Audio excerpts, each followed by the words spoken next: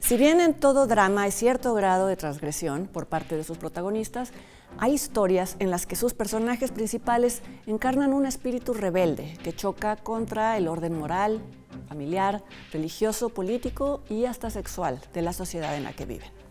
En esta emisión, Leonardo García Tsao y yo revisaremos las películas iberoamericanas que han tenido como protagonistas a personajes transgresores, desde jóvenes inconformes hasta guerrilleros urbanos. Repasaremos también la trayectoria del recientemente fallecido actor mexicano Ernesto Gómez Cruz y, como siempre, les daremos nuestras recomendaciones de estrenos en línea. Acompáñenos.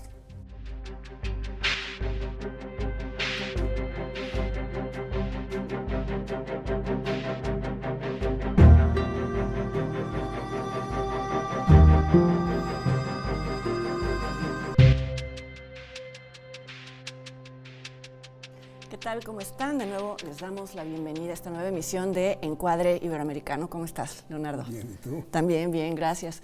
Pues bueno, como ya adelantamos, vamos a hablar de películas que tienen como protagonistas a transgresores. En algún momento habíamos pensado en llamar este programa películas sobre rebeldes, pero no es propiamente rebeldía de lo que vamos a hablar, porque en todo caso se trata de rebeldes, la mayoría de ellos rebeldes con causa, ya sea liberarse de represiones familiares, íntimas, personales o de aquello que consideran injusto a nivel social, ¿no? Político, sí, que ha ocurrido en todas las épocas y sobre todo en nuestros países. Exacto.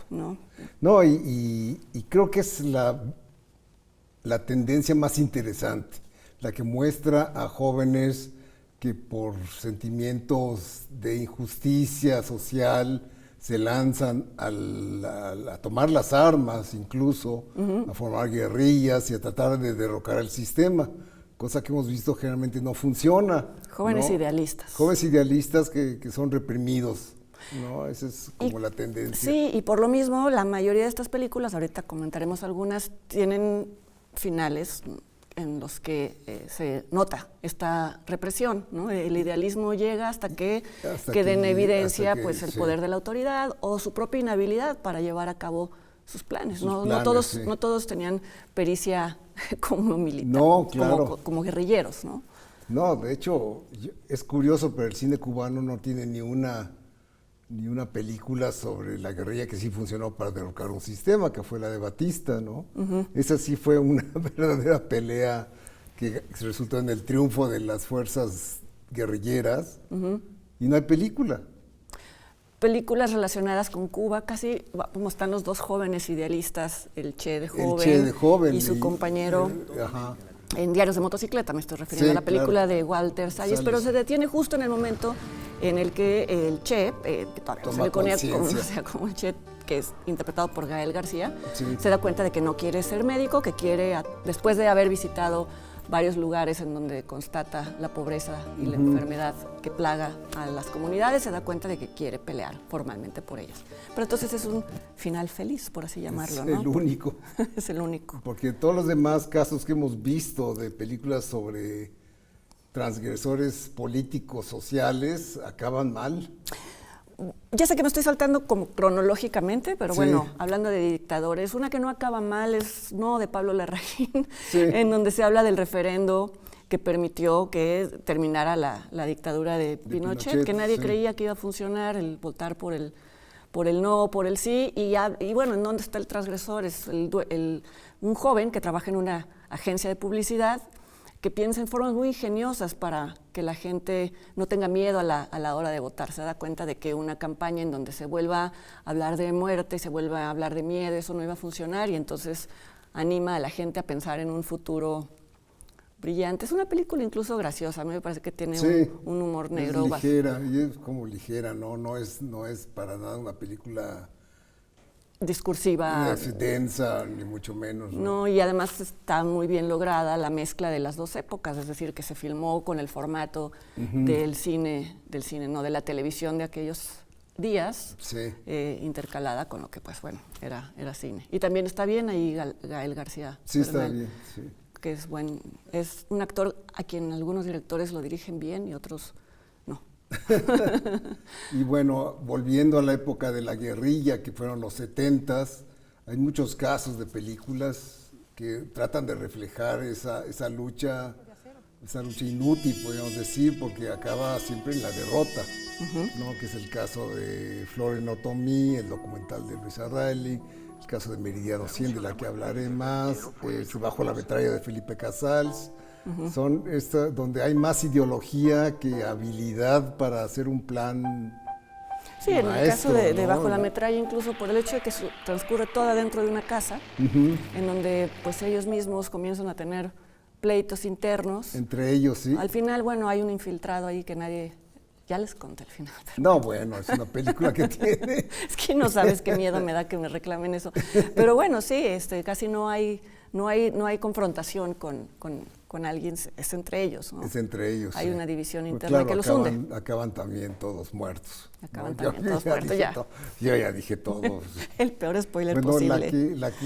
la que es interesante, pero lástima que no tiene una sola imagen de Lucio Cabañas, es el documental La guerrilla y la esperanza de Gerardo Tort, porque no encontró una sola imagen de movimiento de Lucio Cabañas, lo cual habla de qué tan clandestina era su presencia, sí.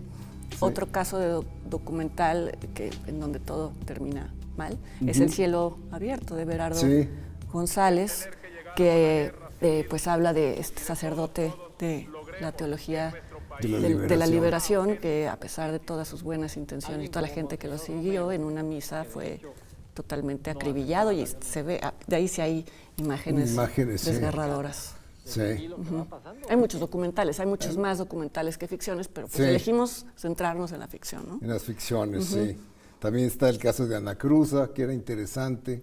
Narraba la desaparición de una hija de familia, obviamente el mismo caso de Florence Not Me, es decir, de esos jóvenes de clase media que de repente deciden adoptar ese ideal y se lanzan a la guerrilla sin tener mucha experiencia, ¿no? Un caso parecido, aunque no necesariamente se lancen a la guerrilla, pero sí a un tipo de lucha contra la autoridad, es también de Alfredo Yoscovich, El cambio, ¿no? El cambio, sí. De jóvenes que están cansados de un trabajo mal remunerado, hartos de la ciudad. Hartos de la ciudad, y entonces se van a vivir a una comunidad de pescadores en donde se encuentran que el agua está contaminada y pues al final los callan de la peor manera posible, que ya sabemos por una broma, cuál es, ¿no? Por una broma, porque además ni siquiera es un acto realmente de transgresión, es una broma, ¿no? Sí.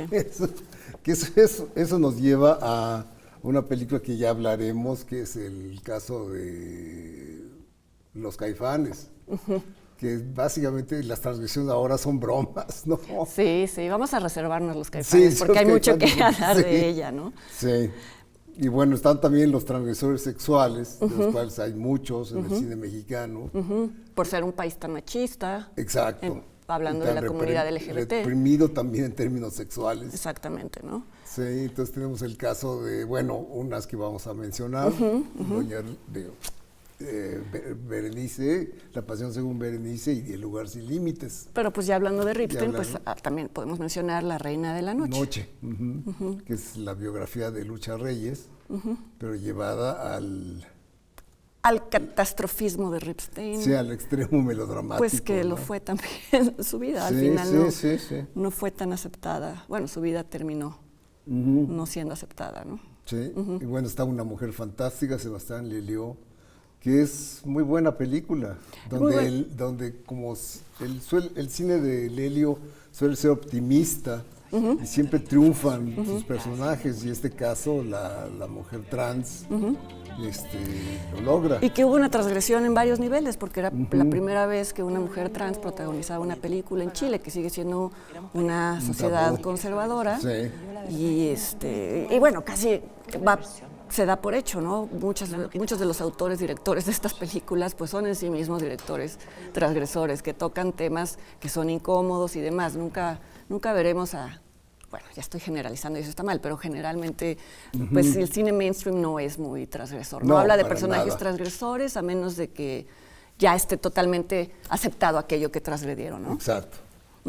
Y también tenemos a casos de, bueno, todo esto va junto con pegado, tanto las transgresoras femeninas que tenemos en la lista tienen que ver con esta transgresión claro, sexual. Claro, porque ¿no? así como la comunidad LGBT siempre ha sufrido la represión de la mayoría de la sociedad, de las capas de la sociedad, pues las mujeres en ese sentido también son una minoría reprimida, ¿no? En México siguen siéndolo, se ve mal que una mujer cruce, todavía, a pesar de que en el discurso ya al parecer las cosas no son así, pero en lo cotidiano y en lo laboral se ve mal que una mujer cruce ciertos límites y que exprese su sexualidad, ¿no? Eso estaba bien visto en el retrato de una mujer casada de Bojorquez, donde el personaje con Alma Muriel, de Alma ¿no? Muriel, por el simple hecho de estudiar, ya contradecía o contravenía las decisiones del marido. Y es muy mal vista por los colegas de su marido. Exacto. Y al final no tiene tampoco un buen final. Un buen final, que además es curioso porque es un castigo como casi inesperado, ¿no? Sí, es como de la mano divina, ¿no? Sí. Sí, es una especie de represión. Del destino. Sí, exacto. Porque muere en un accidente, ¿no? Sí, bueno. Un asalto. Un asalto, sí. La cuchillan en un Pensaba asalto. también en estos castigos que no son propiamente los lógicos en Las oscuras primaveras de Ernesto Contreras, ¿no? En donde ahí hay también varias transgresiones. Hay una mujer adúltera, bueno, dos adúlteros, una mala madre y demás. Entonces, bueno, al final pasa algo que ahí pareciera hemos incluso con el propio Ernesto Contreras discutido esto, ¿no? Que sí es una película en donde él está castigando no a sus personajes, pero pareciera que sí, ¿no? Sí, con una fotocopiadora como bestial. Instrumento del destino. Sí. Y bueno, tenemos adolescentes transgresores que son, bueno, como que van en la ruta de la rebeldía, ¿no? Sí, ellos son lo más parecido a Jóvenes Rebeldes, ¿no? Sí. Bueno, mencionamos ya Diarios de Motocicleta, que ahí se junta con lo político. Está Blanco de Verano, que es una película que nos gusta mucho, de Rodrigo Ruiz Patterson, en donde la rebelión es más bien a la nueva pareja de la madre, ¿no? También hay casi toda una beta de películas que hablan de esto, que entonces ya más bien no sé si estamos hablando de Edipos, pero bueno. Pero sí, su reacción hacia la nueva pareja de su mamá es totalmente destructiva, ¿no? Es pirómana. Prende fuego a varias cosas, ¿no? Y hablando de pirómanos, está el caso de Emma, que bueno, tú también ya hablarás de ella. Ya hablaremos de ella. Sí. Ahora, bueno, una película que es siempre controvertida que la mencionemos, que es Radical, de Christopher Sayad, porque como es de Eugenio Derbez, la gente dice, ay, ¿cómo va a haber una película de Eugenio Derbez? Pero es una buena película que habla de un maestro que se enfrenta al sistema escolar en una comunidad plagada por el narco y por lo tanto destinada a que los niños abandonen la escuela. Y entonces, para interesarlos, crea un sistema educativo totalmente distinto y que se basa en una historia real para quienes les gusta saber esto, ¿no? Sí, una película interesante. Bien dirigida porque se balancea el peso de los actores, no es un protagónico Derbez como suele ser. Sí. Y también está Ruido, de Natalia Beristain, que es una madre que toma conciencia a partir de la desaparición de su hija de las fuerzas oscuras que están dominando al país. Una madre pues de clase media, casi acomodada que jamás intelectual y que de repente se enfrenta a la realidad, esto de la desaparición de periodistas, ve de primera mano la violencia tan presente, sobre todo en contra de la mujer. Sí, yo creo que en el caso de México y los desaparecidos, pues también hay muchas películas que ya hemos hablado de mujeres que buscan a sus hijos y a sus hijas que, pues porque no tienen otra opción, se ven obligadas a encarar el sistema judicial, que en México es una verdadera pesadilla. Entonces se convierten de inmediato en transgresoras, las madres que buscan a sus hijos en el desierto con palas y que son una amenaza para los políticos. Que ellas mismas después son objeto de violencia. Sí, ¿no? Podríamos mencionar de una vez las 3 muertes de Maricel Escobedo. Sí, claro. Que pues la madre de Maricel Escobedo pues encaró a la justicia hasta que ella misma, el mismo asesino por el mismo asesino de Maricel Escobedo. Sí. Un buen documental a pesar del tema tan oscuro. Sí. Y bueno, vamos a hacer una pausa y volviendo veremos nuestras favoritas, tanto de Fernanda como mías, en este tema de la transgresión.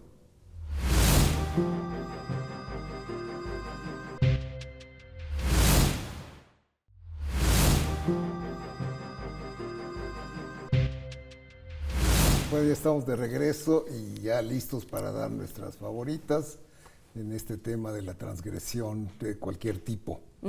Y bueno, empiezo yo como siempre con Meridiano 100 de Alfredo Joscovich, que la volví a ver y me pareció una película que el tiempo le ha favorecido. Caray, yo no la he podido ver. Como que en su momento fue mal vista incluso porque era una visión derrotista de la guerrilla, cuando la guerrilla estaba en su apogeo, ¿no? Entonces, es una autocrítica. Sí, creo que fue una película incluso visionaria para decir, está bien tener ideología, pero hay que tener las armas, las bases para... La estrategia. Sí, la estrategia, porque incluso hay momentos donde los miembros de esta guerrilla que está escondiéndose en la sierra, trata de indoctrinar a los campesinos y se ve que los campesinos no están entendiendo nada.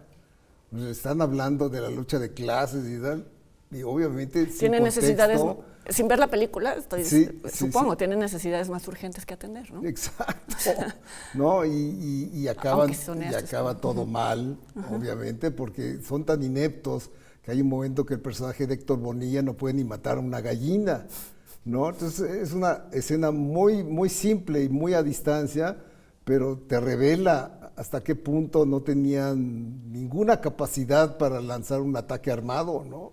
Sí. Entonces es una película muy interesante que vale la pena revisarla ahora revisando la trayectoria de Joscovich, ¿no? Que fue más interesante de lo que generalmente le acreditamos. Ok. Pues mi número 5 es una película que a mucha gente no le gustó. A mí me gustó mucho justamente porque irritaba a quien no debía de irritar. Entonces era transgresora misma la película. A mí me gusta mucho. ¿Verdad? Sí. Es Emma de Pablo Larraín, que además era una película que en su momento fue muy distinta a las películas previas. Habla de una mujer, una bailarina, que es casada con un coreógrafo interpretado por Gael García. Dicho así es muy lineal, pero es mucho más, tiene una estructura de rompecabezas que al final hace sentido y es muy buena. Ella pierde a su hijo, lo pierde en el sentido de que lo tiene que devolver a la asistencia social, es un hijo adoptado, pero no se resigna a ello. Entonces organiza todo de manera que pueda reunirse con él, pero engaña a todos a su alrededor. Entonces es muy satisfactorio vicariamente ver cómo, es una película que me gustó cómo mucho, lo hace, precisamente, ¿no? ¿no? Porque era como muy arriesgada, no era para nada algo que tuvieras como sus anteriores películas, que ya tenías, que sabías que era sobre el pinochetismo y tal. Aquí no tienes idea hacia dónde va. Exacto, y ese además, carácter imprevisible me gustaba. Y que sea un personaje femenino que no sea ideal, es decir, que sea capaz de mentir, que sea capaz de hacer eso, a mí me parece valioso, porque luego a las mujeres se les idealiza en el cine y es otra forma de estereotiparlas. Sí. Entonces es muy liberador ver a esta mujer que al final consigue lo que quiere, una familia a su modo, ¿no? A su modo. Más muy bien interpretada por Mariana de Gironella, que no ganó ningún premio, no se le premió y ningún además festival. Hizo un papel totalmente distinto a los que ha desempeñado después. Sí. Después ha hecho personajes apocados, y aquí es todo lo contrario. Sí. Y le quedó muy bien. Y Gael también está muy bien. Está muy bien. Sí. ¿Tu número 4? Mi número 4 es Los Caifanes, que es tu número 3. 3, entonces de una vez nos le echamos. Sí, Los Caifanes fue una película importante de Juan Ibáñez, su debut, en el que debutaron además actores universitarios de extracción universitaria, como Sergio Jiménez, Ernesto Gómez Cruz, Eduardo López Rojas y Oscar Chávez. Eran Los Caifanes, nada menos, cada uno con su apodo. Y que se encuentra con una pareja de fresas, o sea, una pareja muy de novios, muy hechos a la convención, ¿no? Un papel hecho a la medida para Enrique Álvarez Félix, ¿no? Sí, está perfecto. Y Julissa, forman la pareja de novios inocentes, podríamos decir, y que de alguna manera son llevados a una vida desconocida totalmente para ellos. Sí, que es una vida de transgresión muy Para ellos. Para ellos. Sí, realmente la transgresora es ella, ¿no? Porque Sí, él siempre está temeroso, él siempre está con prejuicios. No hagas esto, no hagas lo otro. Sí. Él siempre está temeroso. Y el final es abierto, en el sentido de que te deja ver que ella ya no va a ser igual, No y va él a ser probablemente igual. sí va a regresar a su mundo de, Claro. de fiestas y de la sociedad. Sí, claro. Y sí, es una noche, ¿no? Es una noche que Es recorren. una noche que recorren Un México que desconocían ellos, y yo creo que pues muchos de los espectadores. Para muchos fue una en ese entonces, revelación, sí.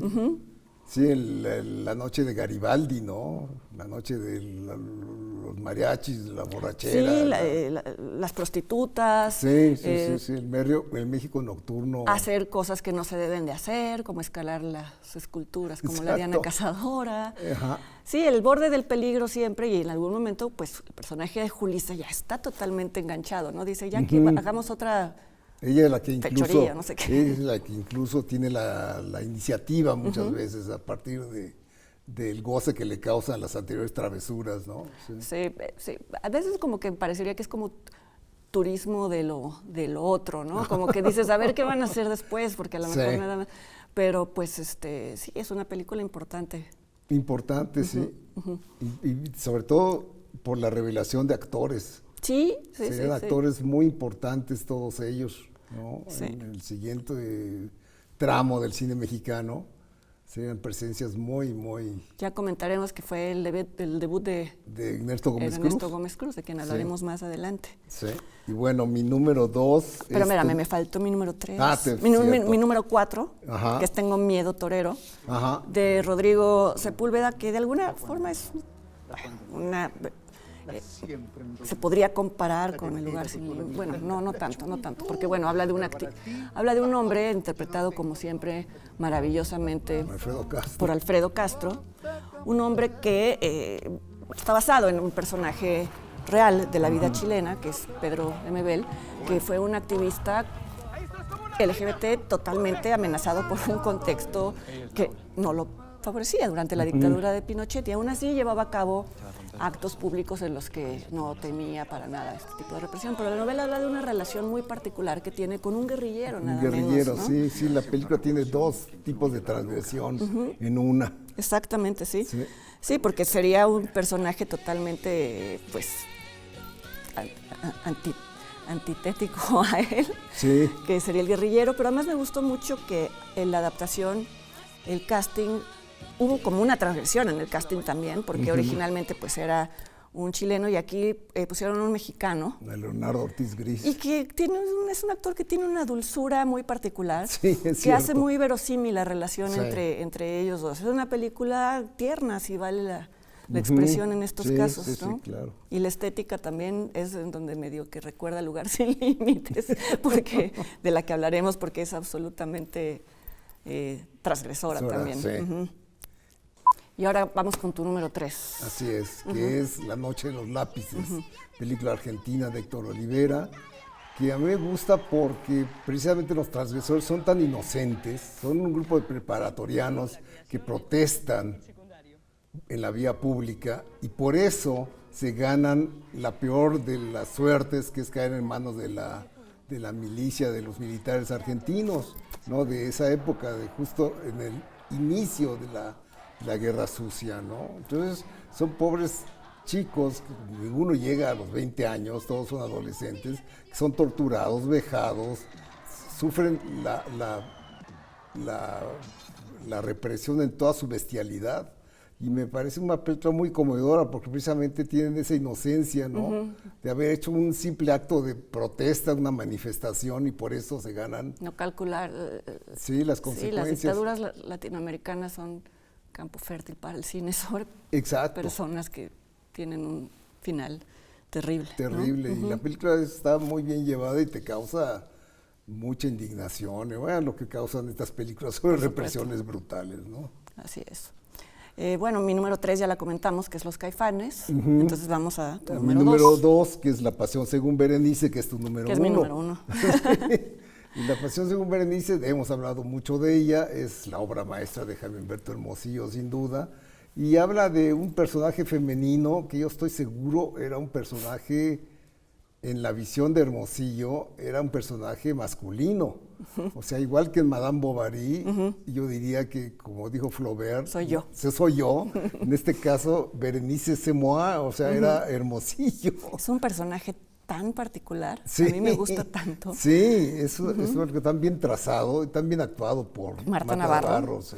Sí, porque es una mujer contenida, reprimida por una sociedad, la tapatía en Guadalajara, si les No, es en Aguascalientes. En Aguascalientes, podría haber sido la... Podría haber sido en tanto Hermosillo, no, estoy confundida. Sí, ¿verdad? Era tapatío. No, era de Aguascalientes. Bueno, estoy diciéndolo todo mal, pero para el caso creo que podría ser lo mismo. Una Sí. sociedad mexicana de provincia, reprimida, donde los chismes, persinada. todo el mundo comenta quién anda con quién y las señoritas Sí. solas no son bien vistas. Y esta es una mujer que además tiene una cicatriz, ¿no? Sí. Es que eso la vuelve todavía más enigmática y más atractiva.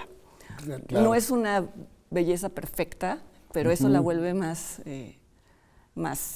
peligrosa para los hombres que se acercan a ella, ¿no? Que, bueno, es cortejada por un chilango, por un hombre de la Ciudad de México. Un patanazo interpretado. Un patanazo muy bien por Pedro Armendáriz Jr. Y, bueno, las consecuencias de esa relación son...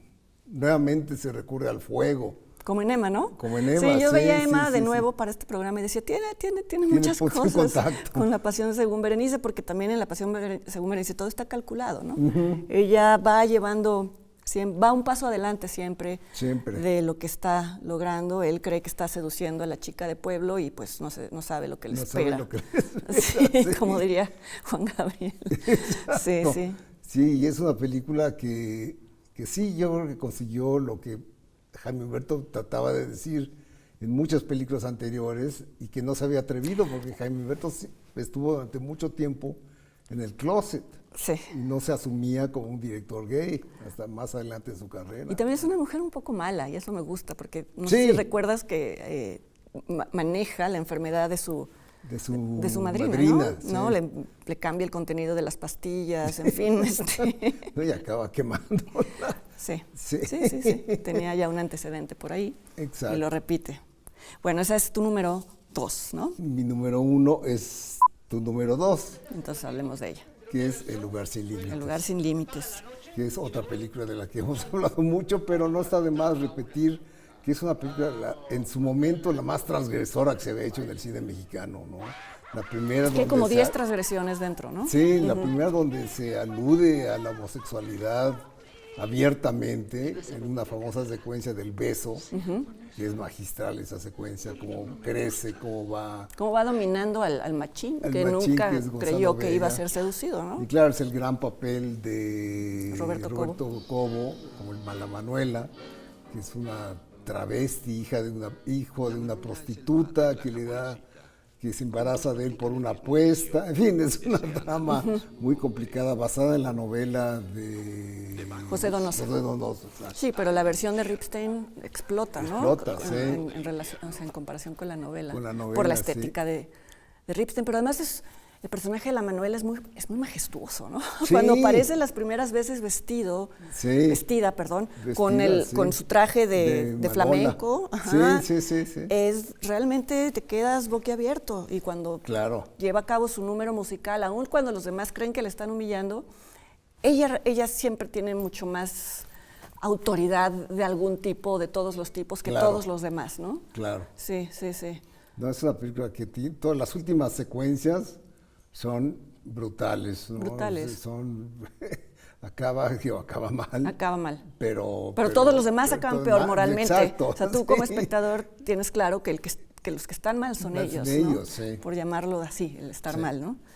Sí, y bueno, entonces ya terminamos, porque ya mi número 1 era La Pasión según Berenice, que ya comentamos. Ya comentamos. Así es. Entonces, bueno, los invitamos a que se queden, porque después del corte vamos a hacer un repaso por la trayectoria del actor mexicano Ernesto Gómez Cruz, recién fallecido. Hablaremos también de otras personas que murieron en este último mes, haremos nuestro habitual in memoriam, y les vamos a presentar una entrevista que realizó el Canal 22 con la actriz argentina Cecilia Roth a propósito de los recortes económicos que ha sufrido el cine de su país últimamente. No se vayan.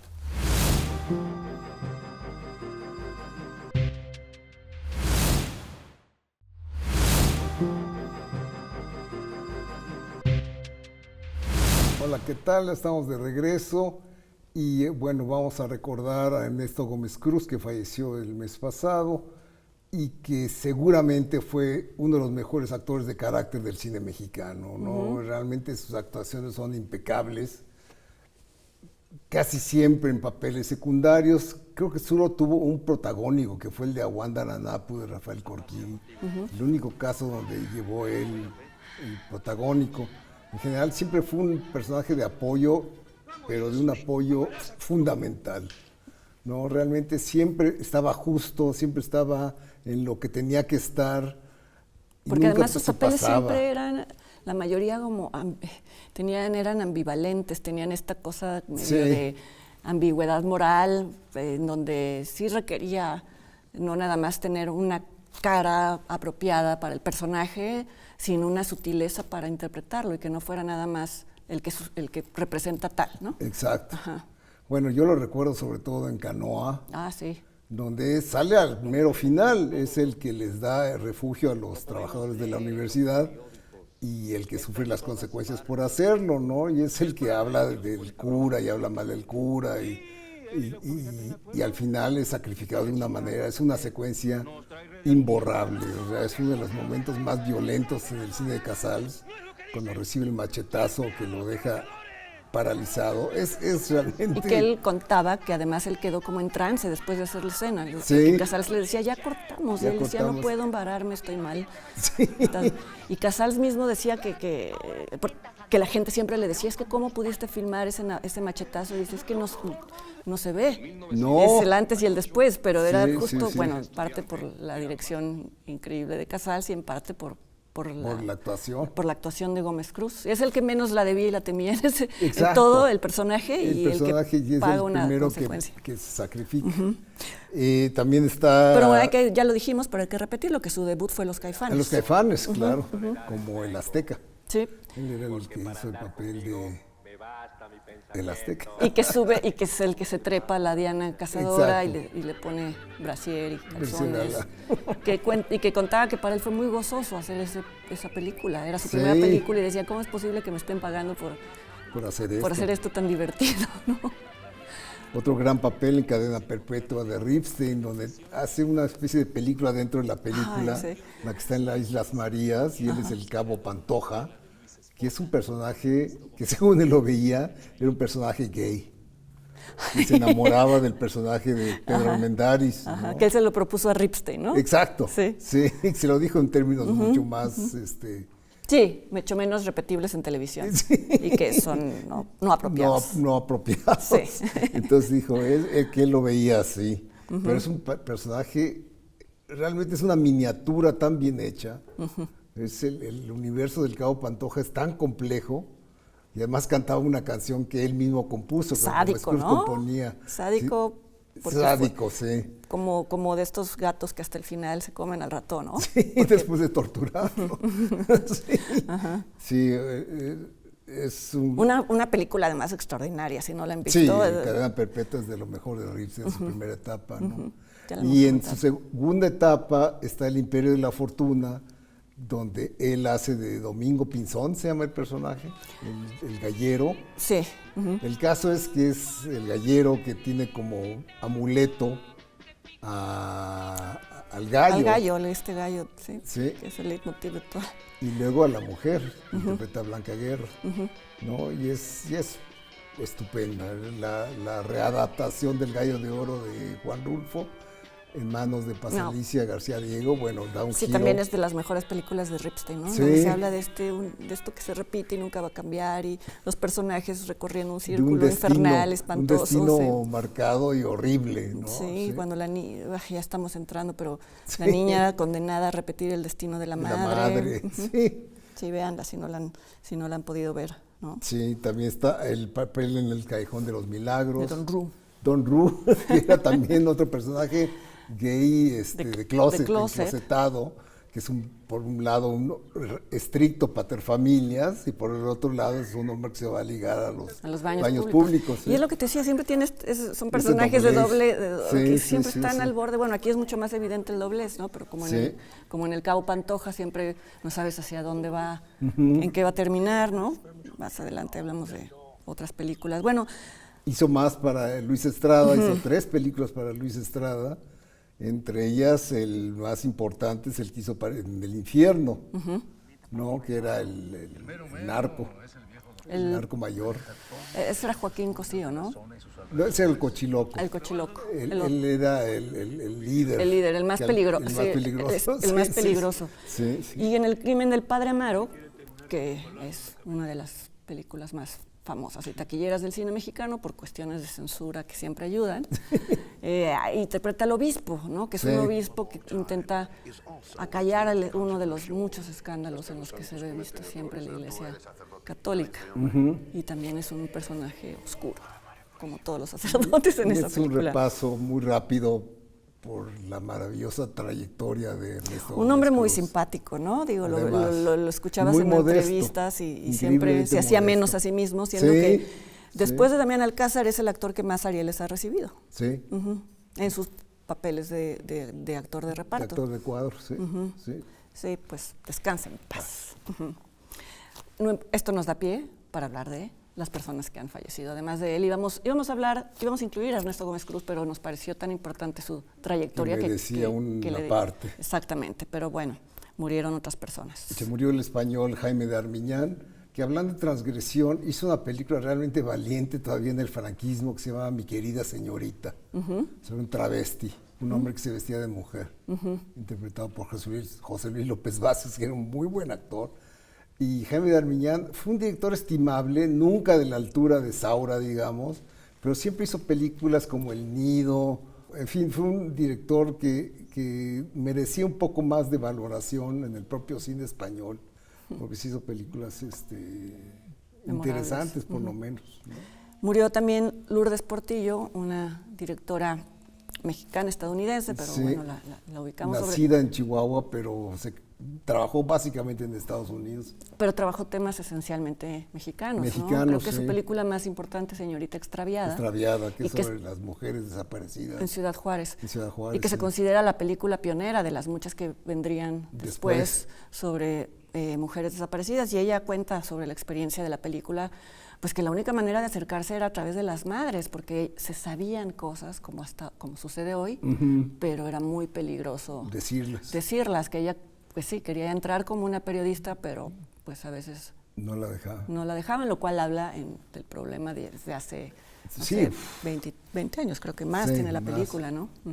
También hizo Las Madres de la Plaza de Mayo, sobre el caso argentino, de esas madres que perdieron a sus hijos en la Guerra Sucia. Yo no la conocía, pero tú dices que era muy agradable, ¿verdad? Era muy simpática, la traté en festivales en Guadalajara y me acuerdo también que ella fue una de las personas que tomó su vuelo el 11 de septiembre del 2001 y que rumbo a México y el avión lo regresaron a Toronto. Entonces me acuerdo que ya me había despedido de ella y después nos volvimos a ver y ella lo tomó con muy buen humor.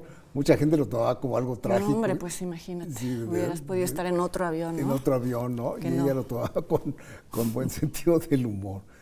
Y bueno, está la actriz María del Carmen Farías, que es una actriz también de cuadro.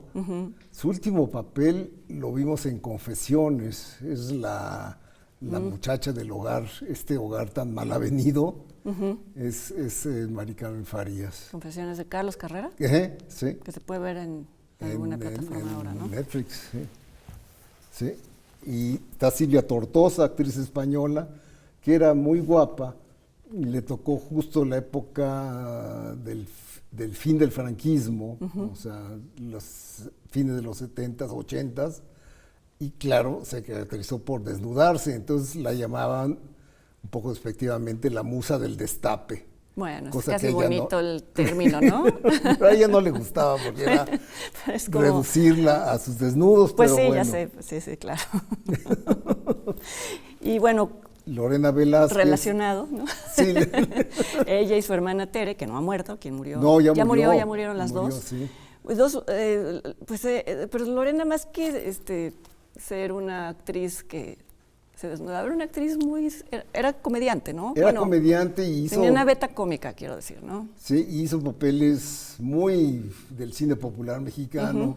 El Santo, ¿no? Fue compañera del Santo, fue compañera de... ¿Quién más?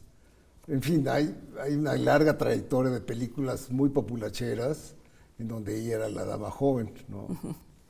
Muy querida, ¿no? Por la gente. Muy querida. Capulina. Capulina. Era el otro con el cual alternó.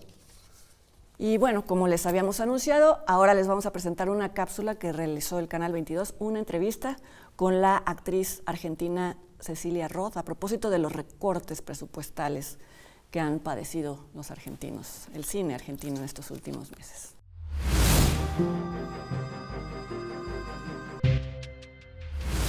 Cecilia Roth es una destacada actriz argentina. Su nombre es fácilmente asociado con el de Pedro Almodóvar.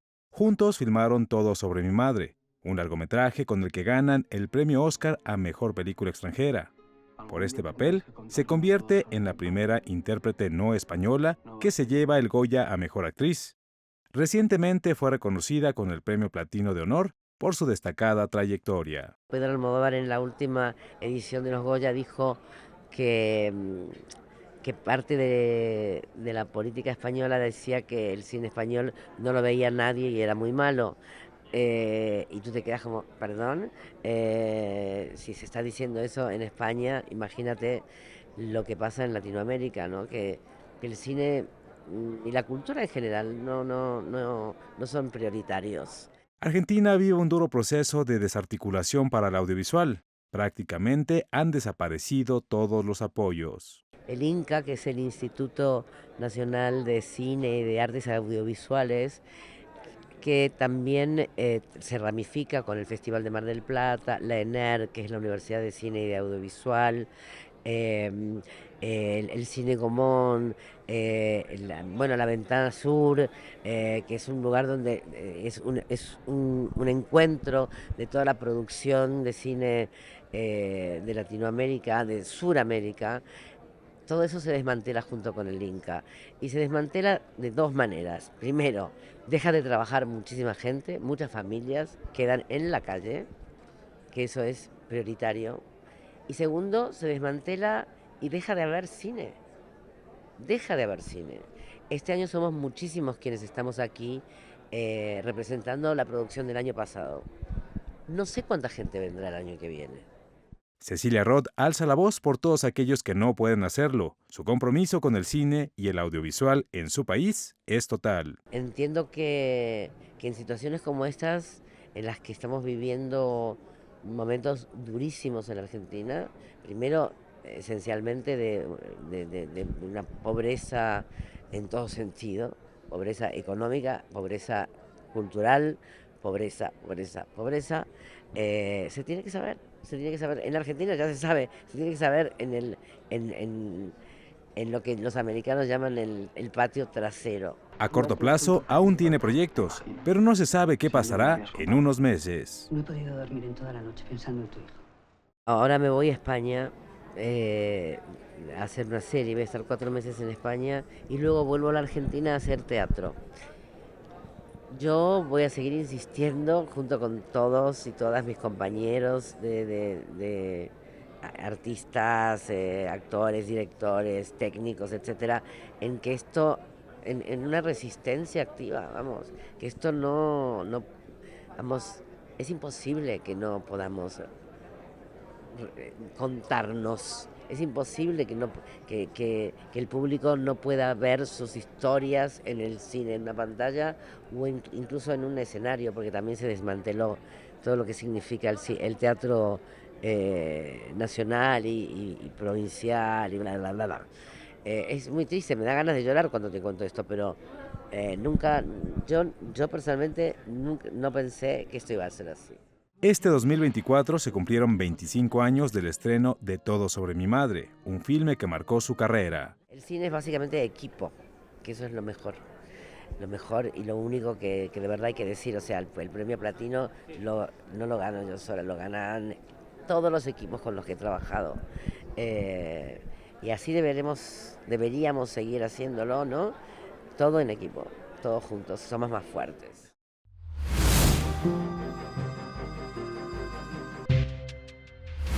Vamos a hacer una pausa y volviendo veremos una cápsula hecha sobre la pasada entrega de los premios Platino y haremos nuestras recomendaciones de estrenos en línea. No se vayan.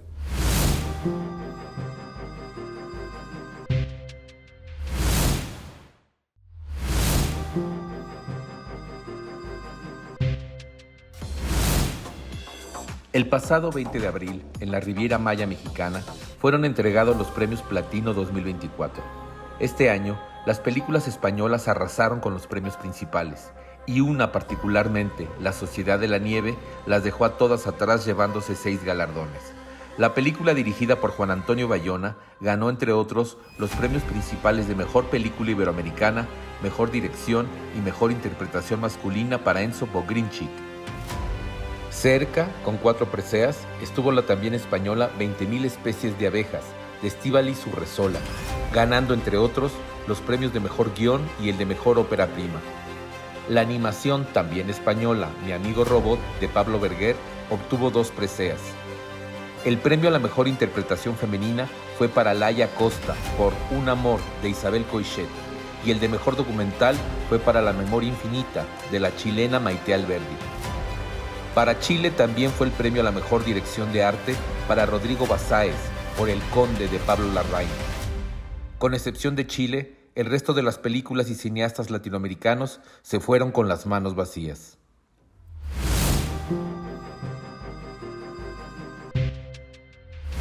Bueno, pues ya estamos en el segmento final del programa en el que hacemos recomendaciones. Esta vez van a ser en línea, lo cual supone una ventaja para quienes nos están viendo fuera del país, porque no solamente se limitan a salas mexicanas. Una de ellas es una película que nos gusta mucho a los dos, que es Desaparecer por completo, del director Luis Javier Enaine. Es una película, un thriller. De horror. Es un thriller directamente. Película de horror. Sí, sobre un fotoperiodista que se va dando cuenta de que le hicieron un trabajo, como decimos en México. Sí, es una maldición, va perdiendo cada uno de sus sentidos. Empieza con el gusto, sigue con el olfato, en fin. Y eso no lo puede impedir, o lo trata de impedir buscando a otros brujos, pero eso lo lleva a hundirse cada vez más, ¿no? Muy bien interpretado, para no variar, por Harold Torres. Harold Torres, sí. Harold Torres. Una película muy bien llevada, con buena atmósfera y sin traicionar nunca su premisa, es decir, nunca flaquea o se vuelve inverosímil. Y es arriesgada incluso en el diseño de audio, por ejemplo. Al final pareciera que ya se te puso mal el sonido y es que estás dentro de la piel de un personaje que empieza a perder el oído, ¿no? El oído, sí. También, con un final abierto pesimista, pero... como nos gustan. Como nos gusta. Y a otros no les gustan, pero bueno. Pero bueno. Así es esto. Es una película muy recomendable que pueden ver ya en Netflix. Sí. Está la serie de ficción Sierra Madre, No traspasar, creo que es el título, que es escrita por Diego Sorno y por Gabriel Nuncio. Diego Sorno había hecho un documental que se puede ver en Netflix, muy interesante, que se llama El Alcalde, sobre el alcalde de uno de los municipios, creo que hasta la fecha es el municipio con mayor ingreso per cápita, no solo en México, sino en Latinoamérica, que está en Nuevo León, que es San Pedro Garza García. Sí. Entonces, al parecer, es una serie basada en cómo llegó al poder Mauricio Fernández, aunque no sea constatado. Pero bueno, sirve como para hablar de los tejemanejes del poder, ¿no? Es una ficción disfrazada. Tiene momentos buenos, otros no tantos. Yo no me la creí. ¿No te la creíste? Solo vi un capítulo, eso sí debo decir. Y hay siempre un problema con la caracterización de los ricos en el cine mexicano y también en la televisión mexicana, que no me los creo. Bueno, y aquí a mí lo que me brincó es, tal vez quienes lo vean fuera de México no tanto, es el acento, la caracterización del acento regiomontano. Que nadie le atina bien, ningún actor es regiomontano y por lo tanto nadie lo habla con el acento correcto. Entonces pareciera a veces que es una caricatura. A mí me parece interesante solo porque quiero saber si... a nivel anecdótico. Que quiero saber, nunca realmente me hubiera adentrado en la vida de este hombre y pues saber. Pero bueno, les puede interesar, por si no saben qué cosa es un sanpetrino, es un habitante de esta comunidad. Es privilegiada. Súper privilegiada. Sí. Hay una serie documental que se llama La masacre de los mormones, en alusión a un evento espantoso que sucedió hace 5 años, cuando una familia de mormones, que es la familia Levarón, que lleva pues ya varias décadas, 2 décadas por lo menos, establecida en el norte del país, sufrió un ataque terrible por parte del crimen organizado. Ya lo verán si ven este documental, pero lo que me pareció interesante sobre todo es que la mayoría de estos documentales sobre tragedias, asesinos y demás no revelan nada nuevo. Aquí sí hay un trabajo de investigación. No les voy a contar, pero el último episodio revela cosas que no sabían ni las propias víctimas, ni periodistas como Carlos Loret, que todos saben, no lo sabía, en fin.